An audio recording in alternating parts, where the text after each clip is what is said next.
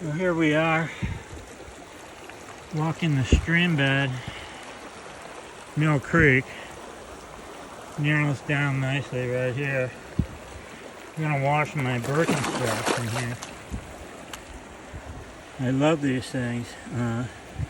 They got grips on the bottom, and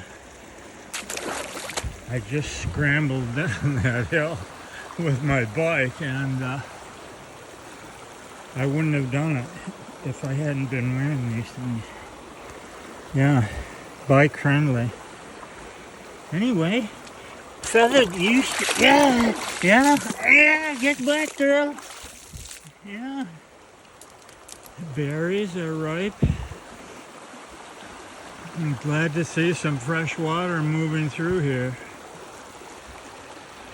We'll walk down a little bit further. There's a pool down here.